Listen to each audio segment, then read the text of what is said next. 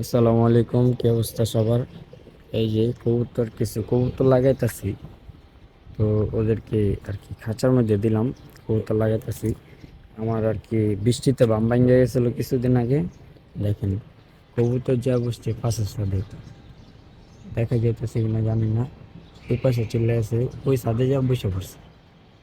তো আসি অনেক বিপদে।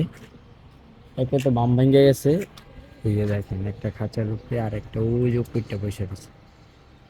তো বাম লাগাইতে হইব, ঠিক আছে। কিছু কবুতর সেট আছে, ঘরের বাচ্চা আছে তিনটা আর হলো একটা নর, ঠিক আছে। দেখেন বামের অবস্থা, বাম ভাঙ্গা কি হইছে।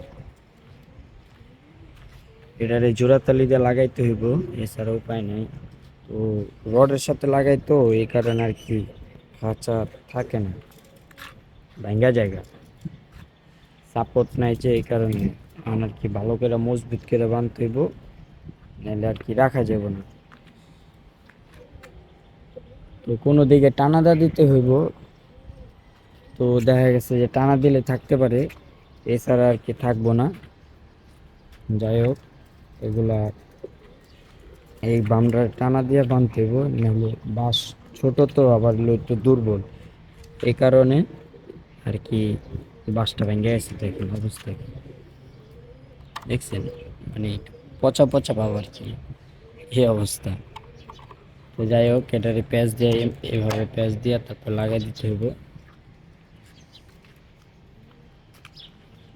লাগাই দেওয়ার পরে কবুতর গুলার পাশের সাইডে যাবে না, ওই দেখেন পাশের পাশের কবুতর উড়াইছে।